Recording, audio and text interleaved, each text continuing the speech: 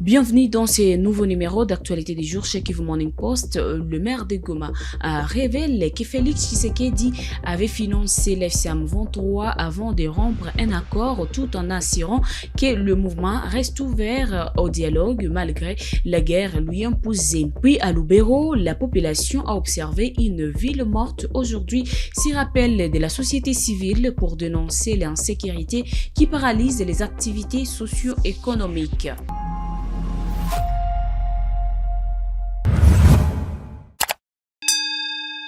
Bonjour, c'est tout pour les titres, bienvenue dans les détails. Le maire de Goma, Katembo Ndalieni, déplore le silence des autorités de Kinshasa face au massacre des civils par les ADF et au récent bombardement des FARDC à Massissi qui a fait 6 morts et plus de 40 blessés. Lors d'une rencontre avec les habitants du quartier Majungo, il a révélé l'implication financière du président Félix Tshisekedi dans le fonctionnement de l'FCM 23 lorsqu'il était opposant et l'a accusé d'avoir ignoré un accord signé avec le mouvement après son arrivée au pouvoir. Il a toutefois affirmé que l'FCM 23 reste prête à dialoguer pour une solution pacifique au conflit malgré la détermination du président Tshisekedi à poursuivre la guerre contre le mouvement. Hii vita ya epoke ya Felix haiko M23 ndio imeleta hii vita. Felix na pouvoir ya Kinshasa na bande yake ndio wametuletea hii vita. Tulitoka mu 2013 wakati dunia ilishimama ilionyesha kama souffrance ya peuple congolais nimeeleza hapa ni M23, okay tukaitika. Kama si ndio shida, okay tunatoka. Tukaitika kutoka tukaenda nje ya nchi. Lakini tuliacha groupe armée ziko 30 à 40 groupes armés. Tulikia rudia ziko plus de 700. Kusema haiko shida tulikuwa shida.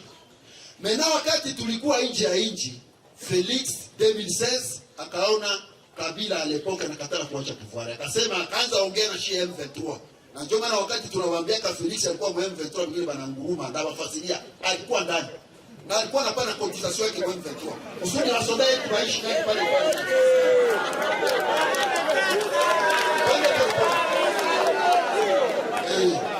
Twende pole pole. Mnapaswa kuwa na hiyo politiki ya nchi. Nchi ni yenu, mnapaswa hiyo katika mkono. Après pale mena Felix akaanza ongea na jeshi yetu akawambia tusaidiane nini kwa opposition non armée na nyie mubakie mu opposition armée kusudi Kabila aje pouvoir. Kabila kaongoza transition de 2016 jusqu'à 2018. Kusudi basoda yetu baiti Sabinyo, Felix Tshisekedi ule president alikuwa anapana cotisation yake. Kusudi basoda baishi pale. Après ile sasa mena anakamata pouvoir. Felix akishakamata pouvoir anafanya namna gani? Anatuita Kinshasa. Unaweza invite mtu mwenye yuko rafiki yako? Unaweza invite kwa mtu mwenye yuko rafiki? Haiwezekani. Felix akatuita Kinshasa, tukapeleka hapo delegation ya watu 3. Wakafanya 14 mois, une année et 2 mois. Bakakula mzuri, bakaishi mzuri, kila siku gari ya kuwatembeza mvili ya Kinshasa. Delegation yetu M23. Bakasinya accord yenye ilikuwa na point 3. Tufuateni mzuri raia. Point ya kwanza ilikuwa kuforme jeshi juu ya kufanya nini ya kustabilize nchi. Sababu ADF communauté nandi na tufrere siku za kutosha bangepasha forme brigade 3. Brigade ya kwanza ingepasha enda Grand Nord kwenda piganisha ADF. Munifate bi. Brigade ya pili ingepasha enda province ya Oriental ndio kupiganisha Mbororo na LRA. Toutes les forces étrangères zitoke mwinchi kusudi wakongomani wakwe na amani. Felix ya signé ça. Ile accord iko. Asiko na badanganya. Ingine brigade ingenda wapi? Ingenda mu province ya ndani ya Bakongo, Congo Central. Jo ile accord yetu tulisinya kana Felix. Lakini ni shida ya kwamba unaona wa politiciens ya Kinshasa na baikote hakuna mtu mmoja alishafanya declaration kutiweri ya Banande, Beni na Butembo. Hawasemaki. Jo shida ile yenyewe inakumba hii nchi. Julie kaongea hamutasikia kana sema. Nzangi hamutasikia kana sema. Wale wa bwana Pwele walikuwa hapa les jamais jour pour jour Beni hamutasikia kana declaration moi. Les jamais à Ituri les Congolais hautasikia. Aminembwe. Le Banyamulenge biko nakufa kila siku na bombe kila siku habasemaki. Ici kushaisha de 3 jours. Felix alikuwa akapiga akaua watu Musoko hapa Masisi. Watu walikufa. Baada ya kufuata masuala ya M23 anafuata ndio ni raia. Population ilikufa.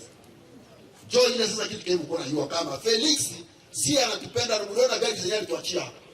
Simuziona basi. Toki.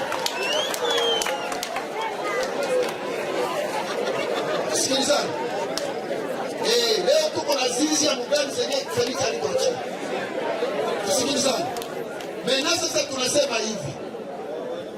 Baada ya kufanya appliquer l'accord, Felix akaambiwa na watu seja non vous devez combattre seja.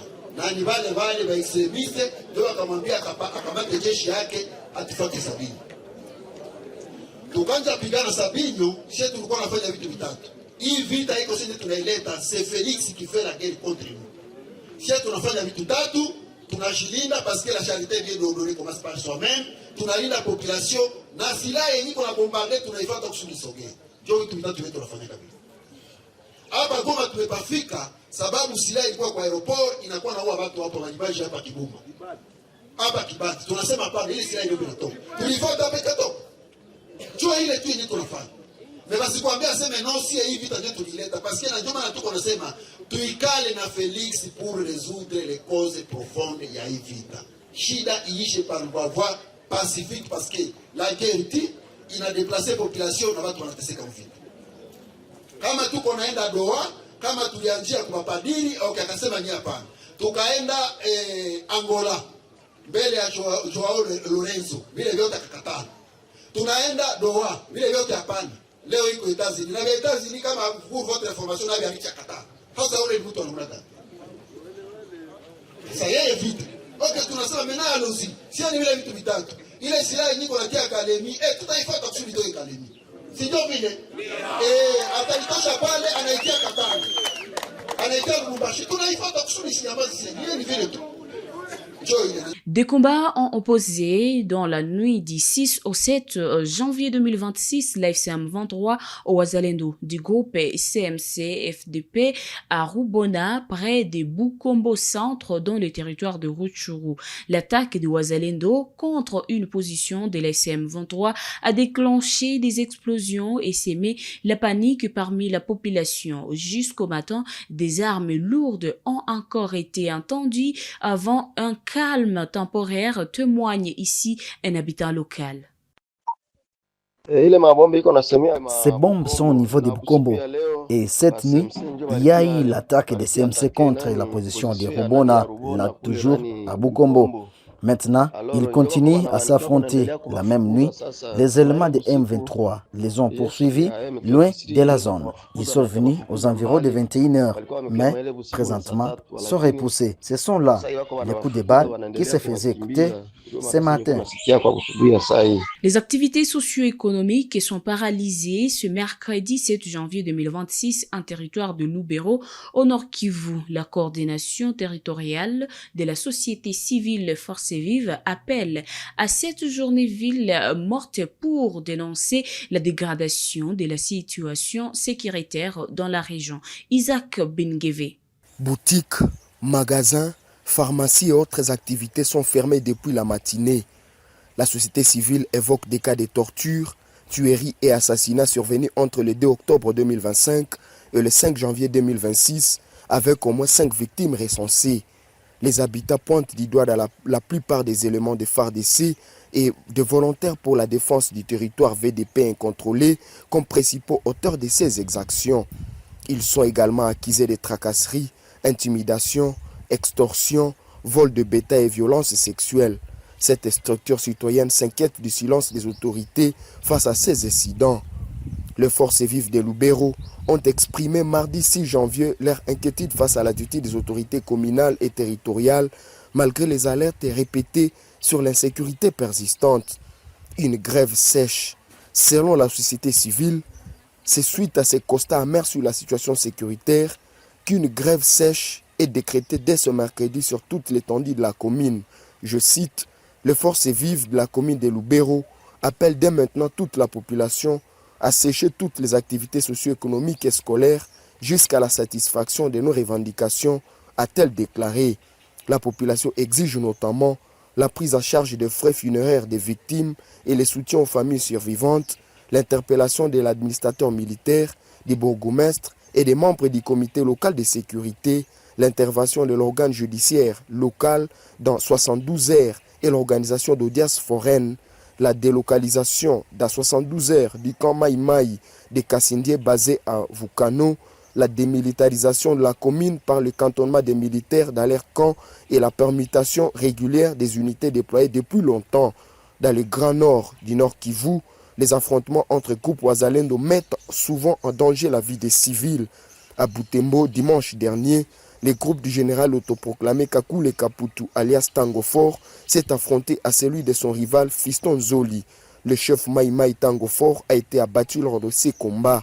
Les forces vives de Vulamba ont condamné ces violences en milieu urbain, appelant les Wazalendo à privilégier la non-violence et le dialogue pour régler leurs différends. Isaac Bingeve pour Kivu Morning Post. La défense du général Yav Irong conteste la compétence de la haute cour militaire et demande sa libération, dénonçant l'arrestation arbitraire et le dépassement du délai légal de la détention préventive. La cour rendra sa décision sur ces exceptions le 20 janvier 2026. Fiston Issemouami pour plus de détails. La défense du lieutenant-général Yav Irong Filémon, ancien commandant de la 3e région de défense des forces armées de la RDC, a déposé mardi 6 janvier 2026 devant la haute cour militaire un mémoire unique soulevant une série d'exceptions, de procédures et demandant sa mise en liberté. Au cours de cette audience consacrée à l'examen de moyens préliminaires, les avocats du prévenu ont notamment invoqué l'incompétence de la Cour, l'omission d'informer le commandant suprême de son arrestation, ainsi que la nullité de poursuites engagées sans autorisation préalable du président de la République. Ils ont également dénoncé le caractère arbitraire de l'arrestation, une atteinte à la dignité humaine et au droit à la santé, et surtout le dépassement du délai légal de 12 mois de détention préventive sans prorogation. Nous demandons la main levée de la détention, la mise en liberté provisoire pour raison médicale et l'écartement des procès-verbaux dressés par la commission spéciale, a indiqué la défense selon un compte-rendu officiel du service de communication de la haute cour militaire. Présent à l'audience, l'auditeur général des FARDC représentant le ministère public a balayé l'ensemble de ces moyens. Il a affirmé la compétence personnelle de la haute cour militaire pour juger un officier de ce grade et rappeler que les autorités hiérarchiques avaient été régulièrement informées. Le chef d'état-major général a été informé officiellement dès septembre 2022, a soutenu l'organe de poursuite, précisant en outre que le prévenu n'a pas été détenu illégal irrégulièrement au-delà de 12 mois. Le ministère public a expliqué le retard pris dans l'ouverture du procès par la nécessité, selon lui, de compléter le siège judiciaire avec des juges disposant d'un grade adéquat. À l'issue de son acquisitoire, l'auditeur général a demandé le rejet de tout le moyen de la défense. Après avoir attendu les deux parties, la haute cour militaire a annoncé qu'elle rendra son arrêt avant dire droit ces exceptions le 20 janvier 2026. La même audience a également été dominée par l'identification du second prévenu, Tiboko Shaorisa, chauffeur originaire de Bukavu. Selon les déclarations recueillies par la Cour, celui-ci aurait connu avoir en 2021 transporté des armes et munitions au profit du groupe armé Tuanero dirigé par Makanika. Aminembwe affirmant avoir agi sur ordre du général Yav. Le ministère public l'accuse en outre d'avoir participé à des réunions à bord du bateau Emmanuel IV dans le but présumé de balkaniser la RDC et de faciliter l'exportation illégale de minerais vers le Rwanda via la frontière de Ruzizi 2. Ces nouvelles allégations ont été versées au dossier par l'organe de poursuite qui estime disposer d'éléments suffisants pour établir la responsabilité des prévenus. L'affaire du général Liev Irong Philémon, arrêté depuis plusieurs années, demeure l'un des procès les plus suivis au sein de la justice militaire congolaise. Elle soulève des questions sensibles liées à la procédure, aux droits de la défense et à la lutte contre l'insécurité dans l'est du pays.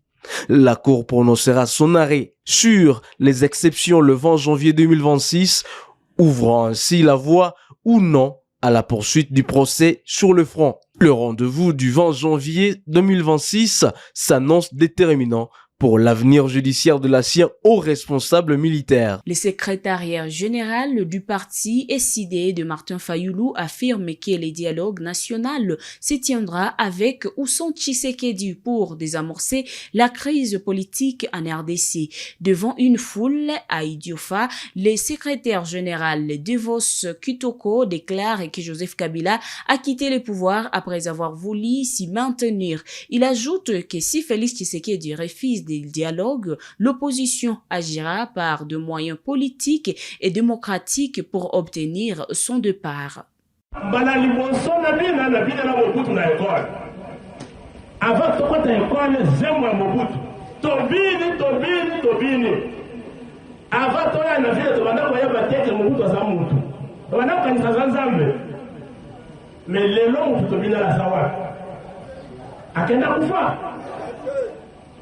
Ata ebembe sana Congo te, sana Maroc.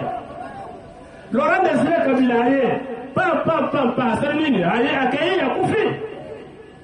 Joseph Kabila 18 ans ameki akomope Kabila CCCko. Tulakisi que yo zazoba na Congo yo koma CCCko, Mobutu akoma CCCko accueilli kakayo. Tambundi to accueilli. Soki Mobutu akendaki. Kabila père accueilli. Joseph Kabila accueilli. Chilo Mokaka oyo akoleka biso maele. Chilo akoleka biso maele. Yepa kosala nini? Yepa kosala nini?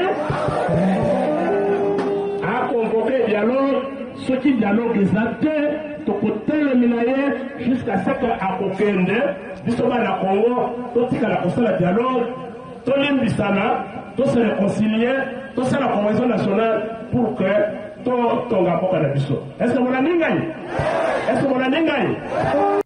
le vice-premier ministre en charge de l'Intérieur, Shabani Luko, s'est entretenu avec l'ambassadeur zambien Kosita sur la sécurité transfrontalière. Ils ont discuté de la protection des conducteurs et des camions le long du corridor Kolwezi-Lubumbashi et prépare la prochaine commission mixte défense et sécurité RDC Zambie pour coordonner de mesures communes.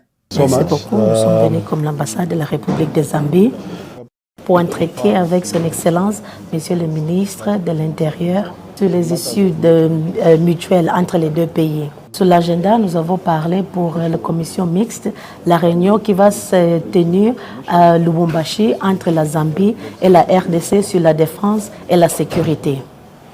Deuxièmement, c'était l'issue pour les conducteurs de camions le long de l'axe de Lubumbashi à Kolwezi avec leurs préoccupations. Nous sommes satisfaits que Son Excellence, Monsieur le Ministre, nous a assuré qu'il va actuellement mettre les mesures pour aider le conducteur des camions, pour sécuriser les sécurités et aussi pour la défense pour le camion. Merci beaucoup. C'est tout pour l'actualité du jour de ce 7 janvier 2026. C'est votre première fois de nous suivre. N'oubliez pas de vous abonner, d'activer la cloche de notification pour être à la une des informations à l'est de la RDC.